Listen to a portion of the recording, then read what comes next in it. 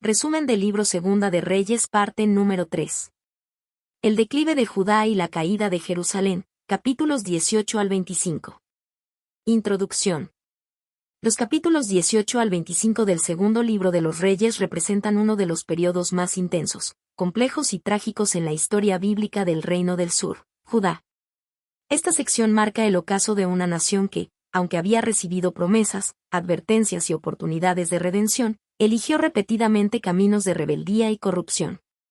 A diferencia del Reino del Norte, Israel, que ya había sido conquistado por Asiria en el año 722 a.C. debido a su idolatría persistente, Judá permanece en pie por un tiempo más largo. Esto se debe, en parte, a la intervención de reyes piadosos como Ezequías, quien confía en el Señor incluso ante amenazas extranjeras, y Josías, quien lidera una profunda reforma religiosa basada en la palabra de Dios. Estos líderes buscan erradicar la idolatría, restaurar la adoración verdadera y renovar el pacto del pueblo con su Dios. Sin embargo, sus esfuerzos son efímeros frente al peso acumulado de generaciones de desobediencia. Reyes como Manasés y Amón introducen prácticas paganas abominables, pervirtiendo el culto y contaminando incluso el templo de Jerusalén.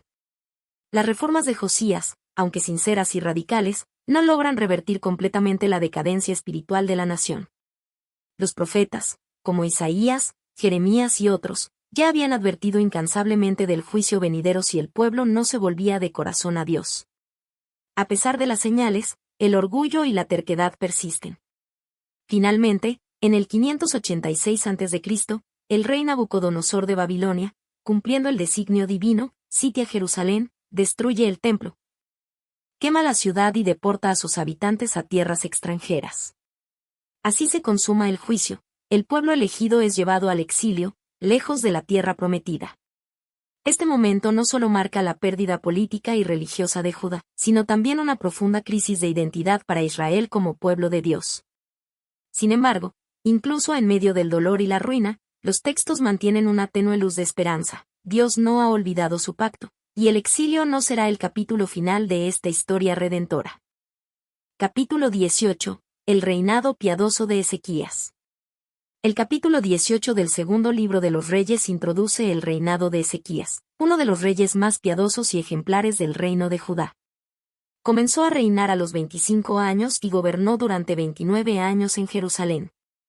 A diferencia de muchos de sus antecesores, Ezequías no solo hizo lo recto ante los ojos de Dios, sino que emprendió una profunda reforma espiritual y religiosa en la nación. Una de sus primeras acciones fue eliminar los lugares altos donde se practicaba idolatría, romper las imágenes, cortar los símbolos paganos de acera y destruir la serpiente de bronce que Moisés había hecho en el desierto y que el pueblo había convertido en objeto de adoración. Este gesto demostró su celo por purificar el culto y restaurar la adoración exclusiva al Dios de Israel. La Biblia destaca que en él confió Jehová Dios de Israel, ni después ni antes de él hubo otro como él entre todos los reyes de Judá. Segunda de Reyes 18, 5. Su fidelidad no fue superficial, sino total. Ezequías se mantuvo fiel a los mandamientos del Señor, y como resultado, Dios estuvo con él y lo hizo prosperar en todo lo que emprendió. Durante su reinado, Judá enfrentó una gran amenaza, el ascenso del imperio asirio bajo el liderazgo del rey Senaquerib. Este poderoso monarca comenzó a conquistar ciudades fortificadas de Judá, poniendo en peligro la existencia misma del reino. Ante esta presión, Ezequías inicialmente intentó apaciguar a Senaquerib mediante el pago de un tributo costoso. Le entregó plata del tesoro del templo y hasta el oro que recubría las puertas del santuario. Sin embargo, esto no detuvo la ambición de Asiria. Senaquerib envió emisarios y un gran ejército hasta Jerusalén, y allí lanzaron una campaña de intimidación psicológica. El emisario asirio, llamado el Rabsaces, se burló de la fe de los judíos, menospreció el poder de Dios y trató de sembrar el miedo y la duda en el pueblo. Pese a esta intensa presión, Ezequías no se doblegó ni abandonó su confianza en Dios. Aunque se enfrentaba a un enemigo militarmente superior, optó por mantenerse firme, preparándose espiritual y físicamente para la confrontación, mientras buscaba dirección divina. Este capítulo resalta un momento clave en la historia de Judá, donde la fe genuina en medio de la amenaza contrasta con la arrogancia de los poderes humanos. El liderazgo de Ezequías se convierte en un ejemplo de cómo la fidelidad y la obediencia pueden sostener a una nación incluso en los tiempos más oscuros. Capítulo 19. La liberación de Jerusalén. Tras la amenaza del rey Sennacherib de Asiria y las palabras arrogantes de su emisario, Ezequías, lejos de rendirse al miedo, acude a Dios en oración y busca consejo del profeta Isaías. Este acto marca una diferencia fundamental con otros reyes de Judá que, ante crisis similares, confiaron en alianzas humanas o ídolos. Ezequías, por el contrario, demuestra humildad y dependencia absoluta del Señor. Vestido de cilicio en señal de duelo y arrepentimiento, el rey envía a sus funcionarios al profeta Isaías, quien responde con un mensaje claro de parte de Dios: Sennacherib no tomará Jerusalén. Ni siquiera disparará una flecha contra ella. El Señor había escuchado las blasfemias del rey asirio, que no solo había insultado a Judá, sino al Dios viviente. Isaías profetiza que Dios defendería su ciudad y su honor, y que el enemigo regresaría por el mismo camino por el que vino, sin lograr su objetivo. Sennacherib, sin embargo, redobla su amenaza, enviando una carta a Ezequías donde reitera que ningún dios ha podido resistir el poder asirio, y que el destino de Jerusalén será igual al de otras naciones conquistadas. Al recibir la carta, Ezequías sube al templo, la extiende delante del Señor y ora con fervor. En su oración, reconoce la soberanía de Dios sobre todos los reinos de la tierra, y le pide que intervenga no solo para salvar a Judá, sino para que todas las naciones sepan que solo Jehová es Dios. La respuesta divina no tarda. Esa misma noche, el ángel del Señor desciende sobre el campamento asirio y mata a 185,000 soldados. Al amanecer, los que quedan vivos descubren los cuerpos de sus compañeros.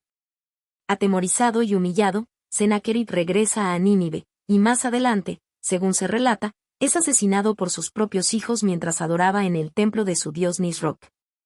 Este capítulo subraya poderosamente la eficacia de la oración sincera, la fidelidad de Dios a su pueblo, y su poder para intervenir de manera sobrenatural cuando su nombre es deshonrado. La victoria no fue producto de espadas ni alianzas políticas, sino del poder divino en respuesta a la fe y humildad de un rey justo.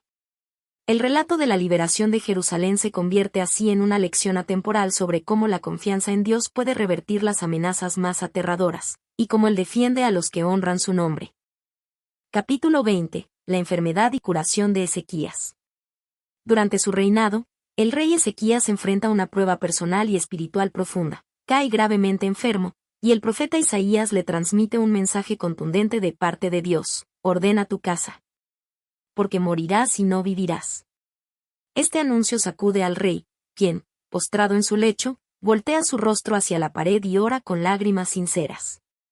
Clama al Señor, recordándole su fidelidad, su integridad de corazón y su caminar recto delante de él. La respuesta de Dios no se hace esperar. Antes de que Isaías salga del patio del palacio, Dios le ordena regresar y darle un nuevo mensaje a Ezequías. Ha escuchado su oración, ha visto sus lágrimas y le concederá 15 años más de vida. Además, como gesto de su fidelidad, Dios promete librar a Judá y a Jerusalén del rey de Asiria, reafirmando su protección sobre la ciudad por amor a su nombre y por causa de David, su siervo. Como confirmación de esta promesa, Ezequías pide una señal. Isaías le ofrece escoger: que la sombra del reloj solar avance 10 grados o retroceda. Ezequías elige lo más difícil: que retroceda. Entonces, Dios realiza un milagro sobrenatural: la sombra del sol retrocede 10 grados en los peldaños del reloj de Acaz, confirmando su poder y la veracidad de su palabra. Sin embargo, la segunda parte del capítulo revela una falla importante en el carácter de Ezequías. Después de su recuperación, embajadores de Babilonia, enviados por el rey Merodach Baladán, intrigados por la enfermedad del rey y el prodigio celestial, llegan a Jerusalén. Ezequías, en un acto de orgullo o ingenuidad, les muestra todos los tesoros de su palacio y del templo, revelando las riquezas del reino sin restricción alguna. Cuando Isaías se entera de esta visita, confronta al rey y le profetiza un triste futuro: vendrá el día en que todo lo mostrado será llevado a Babilonia. Y algunos de los descendientes del rey serán llevados como eunucos al palacio del rey babilonio. Esta profecía apunta directamente al exilio que Judá sufrirá muchos años después, revelando que aunque Ezequías fue un rey justo, sus decisiones también contribuyeron a abrir la puerta al juicio futuro. Ezequías responde con resignación, aceptando la palabra del Señor y reconociendo que al menos habría paz y estabilidad durante sus días. El capítulo concluye señalando que el resto de sus hechos están registrados en los libros históricos, y que tras su muerte, su hijo Manasés le sucede en el trono. Este capítulo muestra el contraste entre la fidelidad de Dios frente a la fragilidad humana. Aunque Ezequías es restaurado milagrosamente, también demuestra cómo el orgullo y la falta de discernimiento pueden tener consecuencias duraderas, incluso en la vida de aquellos que caminan con Dios. Capítulo 21. El reinado perverso de Manasés y Amón. Después de la muerte del piadoso rey Ezequías, su hijo Manasés asciende al trono de Judá a la temprana edad de 12 años, y reina durante 55 años, el periodo más largo registrado entre los reyes de Judá. Sin embargo, su largo gobierno no representa estabilidad ni bendición para la nación, sino que se convierte en un tiempo de decadencia espiritual y profunda corrupción moral. Lejos de seguir el ejemplo de su padre, Manasés reintroduce todas las prácticas paganas que Ezequías había eliminado. Levanta nuevamente los altares a Baal, construye lugares altos para los ídolos, adorando a todo el ejército de los cielos, es decir, al sol, la luna y las estrellas. Y edifica altares paganos dentro del mismo templo de Jerusalén, profanando el lugar donde Dios había dicho que pondría su nombre para siempre. Más aún, Manasés llega a sacrificar a su propio hijo en fuego, práctica detestable tomada de los pueblos paganos vecinos.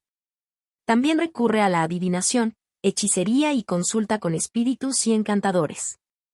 Estas acciones provocan la profunda ira de Dios, pues no solo él se pervierte, sino que arrastra a todo el pueblo de Judá tras la idolatría, superando incluso la maldad de las naciones que Dios había destruido delante de Israel. Además de su apostasía religiosa, el reinado de Manasés se caracteriza por la violencia y la injusticia social.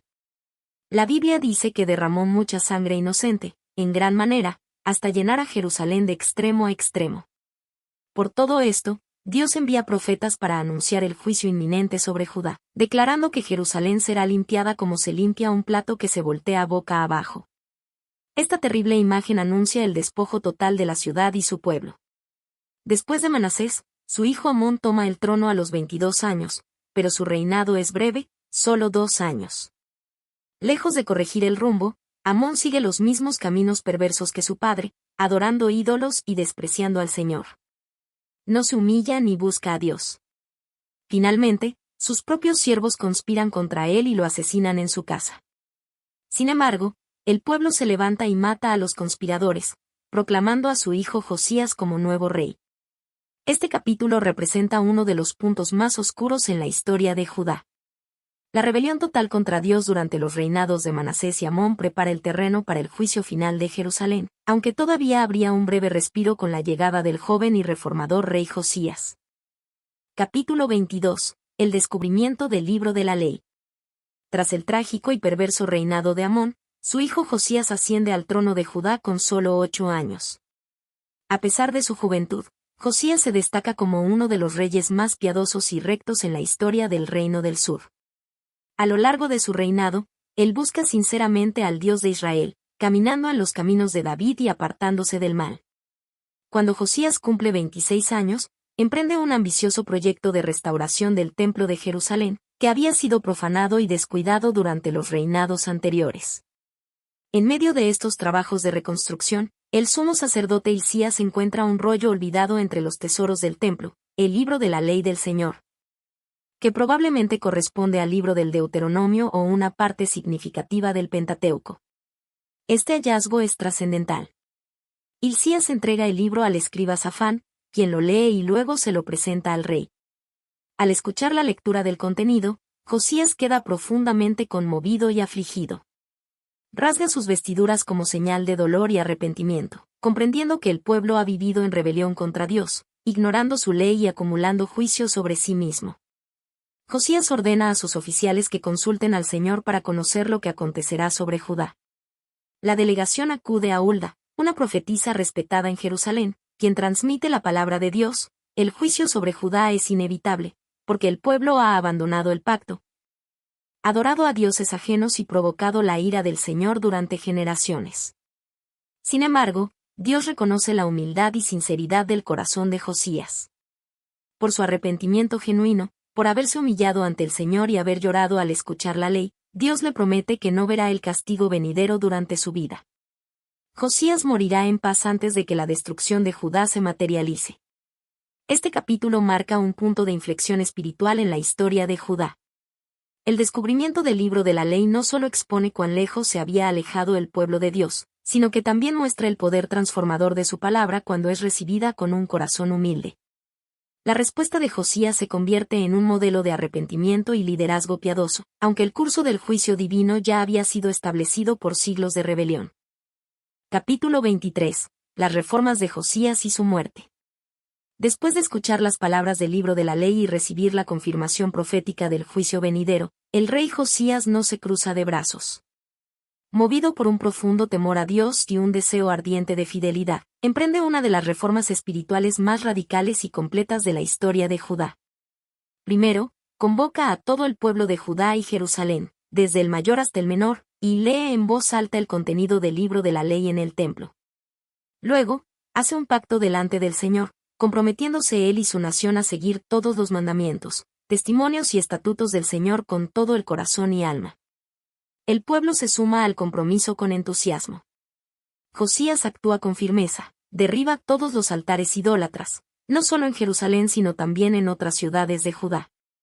Destruye los lugares altos donde se ofrecía culto a dioses falsos, quema estatuas e ídolos, expulsa a los sacerdotes paganos, quita los objetos dedicados a Baal, Acera y al ejército del cielo del templo del Señor.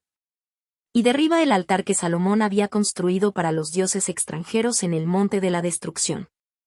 Incluso profana el altar en Betel, erigido por Jeroboam siglos antes, cumpliendo una antigua profecía. Uno de los actos más significativos de su reforma es la celebración de la Pascua conforme a la ley de Moisés. Esta Pascua se convierte en una de las más solemnes y puras jamás celebradas desde los días de los jueces. Josías quiere restaurar la memoria del Éxodo y recordar al pueblo su identidad como nación redimida por Dios. El capítulo destaca que no hubo rey como Josías antes de él, ni después, que se volviera al Señor con tanto corazón, alma y fuerzas, cumpliendo la ley de Moisés. Su celo espiritual es ejemplar. Sin embargo, a pesar de sus esfuerzos sinceros, el juicio divino sobre Judá no se revoca. El pecado de generaciones pasadas, especialmente el de Manasés, había sido tan profundo y ofensivo que la sentencia ya había sido decretada. Josías muere trágicamente en la batalla de Megido, al intentar detener al faraón Necao de Egipto, quien iba en ayuda del rey de Asiria. Herido por los arqueros, Josías es llevado a Jerusalén, donde muere. Su muerte marca un antes y un después, pues sus sucesores no siguen su ejemplo y el declive final de Judá comienza a acelerarse.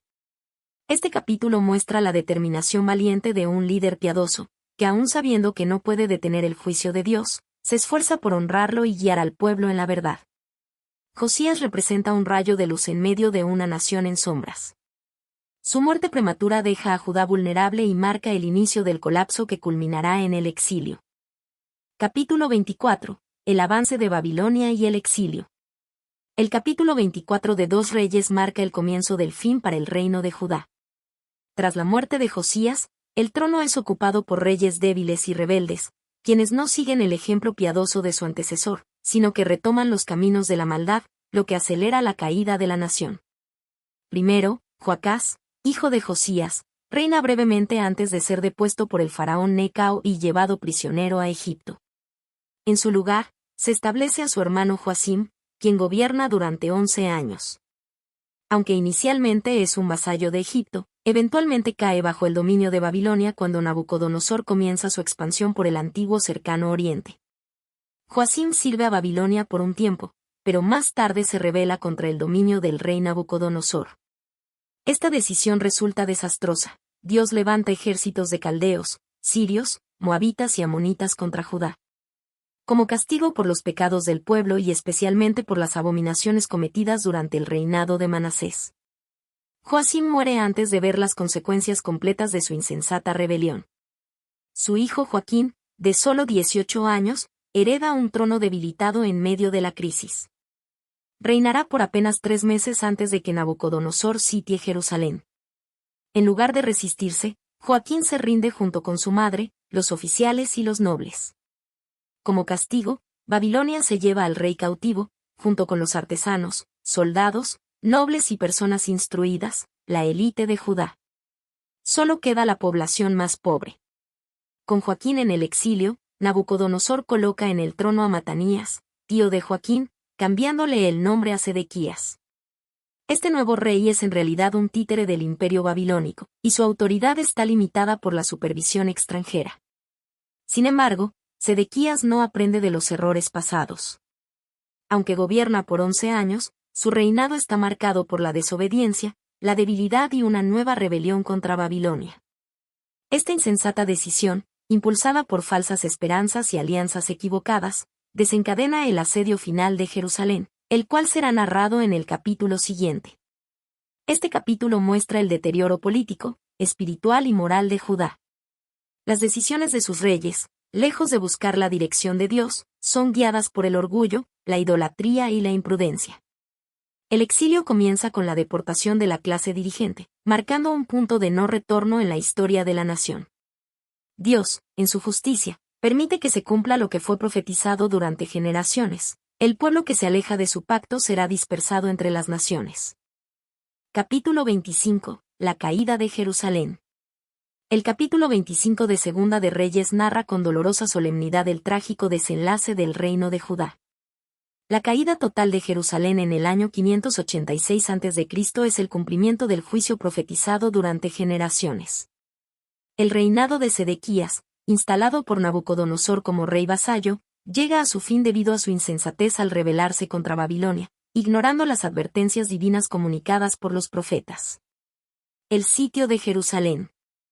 El ejército babilónico, encabezado por el mismo Nabucodonosor, sitia Jerusalén en el 9º año del reinado de Sedequías. Durante más de 1 año y medio, la ciudad sufre hambre, desesperación y caos. Finalmente, en el 11º año, los muros de Jerusalén son quebrantados. Los soldados intentan huir, pero son capturados. Sedequías trata de escapar de noche por el camino del Arabá, pero es perseguido, arrestado y llevado ante el rey de Babilonia. El juicio de Sedequías. En un acto cruel y simbólico, los hijos de Sedequías son ejecutados delante de sus ojos, y luego a él le sacan los ojos. Así, la última imagen que ve es la muerte de sus hijos, y luego es encadenado y llevado prisionero a Babilonia. Con esto, la línea real de David es rota visiblemente, y el juicio divino llega a su clímax. La destrucción del templo y de la ciudad. Un mes después, Nabuzaradán, capitán de la guardia de Babilonia, llega a Jerusalén y ejecuta la orden más devastadora: incendia el templo del Señor, el palacio real y todas las casas importantes. Los muros de la ciudad son derribados, y la mayoría de los habitantes restantes son llevados al exilio, dejando solo a los más pobres como labradores y viñadores. Los tesoros del templo, los objetos sagrados de oro, bronce y plata, son saqueados y llevados a Babilonia. El asesinato de Gedalías. Para mantener cierto orden, Nabucodonosor nombra a Gedalías como gobernador sobre los que quedaron en Judá. Gedalías, de carácter pacífico, invita al pueblo a vivir en obediencia bajo el nuevo gobierno. Sin embargo, es asesinado por Ismael, un descendiente real, lo que provoca temor entre el remanente. Muchos huyen a Egipto, temiendo represalias de Babilonia. Así, el territorio queda aún más desolado y sin liderazgo efectivo. Una nota final de esperanza. Aunque el libro termina con ruina, desolación y exilio, hay una pequeña chispa de esperanza: el rey Joaquín, quien había sido llevado prisionero años antes, es liberado de su prisión en Babilonia en el año 37 de su cautiverio. El nuevo rey babilonio, Evil-Merodach, le concede un lugar honorable en la corte, cambiando su ropa de prisionero y dándole una provisión diaria. Este gesto sugiere que Dios no ha olvidado completamente a su pueblo ni a la promesa hecha a David. Reflexión final. El capítulo 25 no solo relata la destrucción física de Jerusalén, sino también la culminación de siglos de advertencias ignoradas, pecados acumulados e idolatría persistente. Sin embargo, incluso en medio del juicio, la fidelidad de Dios permanece latente. La liberación de Joaquín, aunque discreta, anticipa que la historia de Judá no ha terminado. El exilio no es el final, sino el inicio de un nuevo capítulo en la relación entre Dios y su pueblo, uno que apunta hacia la restauración futura. Conclusión. Los capítulos finales de Segunda de Reyes nos presentan el cumplimiento dramático del juicio divino que había sido anunciado por los profetas a lo largo de generaciones. A pesar de los esfuerzos de reyes piadosos como Ezequías y Josías, quienes intentaron conducir a Judá hacia la restauración espiritual mediante reformas profundas y el regreso a la obediencia a Dios, el pecado acumulado, especialmente durante el reinado de Manasés, selló el destino de la nación. Manasés, con su idolatría desmedida y sus prácticas paganas, sumió al pueblo de Judá en la más profunda rebelión contra Dios, lo que provocó la ira divina que finalmente se desató en la destrucción de Jerusalén y su templo en el 586 a.C. Este evento marca el punto más bajo en la historia del reino de Judá, un recordatorio sombrío de las consecuencias inevitables de una vida apartada de Dios. Sin embargo, el relato de la caída de Jerusalén no es solo una historia de derrota y destrucción. También es una lección profunda y poderosa sobre la fidelidad de Dios y las consecuencias del pecado. La historia nos enseña que, aunque la obediencia y la fidelidad a Dios traen bendición y prosperidad, la rebelión persistente y la idolatría conducen a la ruina y al castigo. El caso de Judá demuestra que la paciencia de Dios tiene un límite y que el pecado no puede ser ignorado para siempre sin que se presenten consecuencias graves. A pesar de la tragedia, el exilio no marca el final del pueblo de Dios. En la desolación y el dolor, se encuentra una semilla de esperanza. El exilio es, de alguna manera, el inicio de un nuevo capítulo en el plan redentor de Dios para su pueblo. Aunque Jerusalén y el templo fueron destruidos, la promesa de restauración aún perdura. En el futuro, Dios levantará a su pueblo nuevamente y les dará una nueva oportunidad para arrepentirse, seguirlo y prosperar bajo su dirección. El exilio se convierte en un medio para la purificación y la transformación del pueblo de Israel, un preludio a la restauración y la esperanza futura que será cumplida en el regreso de los exiliados y, finalmente, en la venida de un Mesías redentor que establecerá su reino eterno. Este relato nos recuerda que, en los momentos de más profunda desesperación, la gracia de Dios nunca abandona por completo a su pueblo, y siempre hay espacio para la restauración y el arrepentimiento. Las desviaciones humanas y los errores de los líderes no anulan el plan soberano de Dios, que trasciende la caída y la desobediencia de su pueblo. La historia de Judá, de sus ascensos y caídas, también habla del carácter inmutable de Dios, que sigue siendo fiel a sus promesas, incluso cuando su pueblo es infiel. Finalmente, al reflexionar sobre la caída de Jerusalén, nos invita a la autoexaminación personal y colectiva. Nos desafía a examinar nuestra propia fidelidad a Dios, a reconocer los ídolos que podemos estar levantando en nuestra vida, y a buscar con humildad su restauración y perdón. La obediencia continua a Dios es esencial, y aunque el camino puede estar marcado por dificultades, el cumplimiento de su voluntad siempre lleva a una bendición eterna, tanto para su pueblo como para todos aquellos que lo siguen de corazón sincero. Esta conclusión ofrece una reflexión más profunda sobre las lecciones y el mensaje central que nos deja la historia narrada en los capítulos finales de Segunda de Reyes, invitando a aplicar sus enseñanzas de manera práctica en nuestra vida diaria.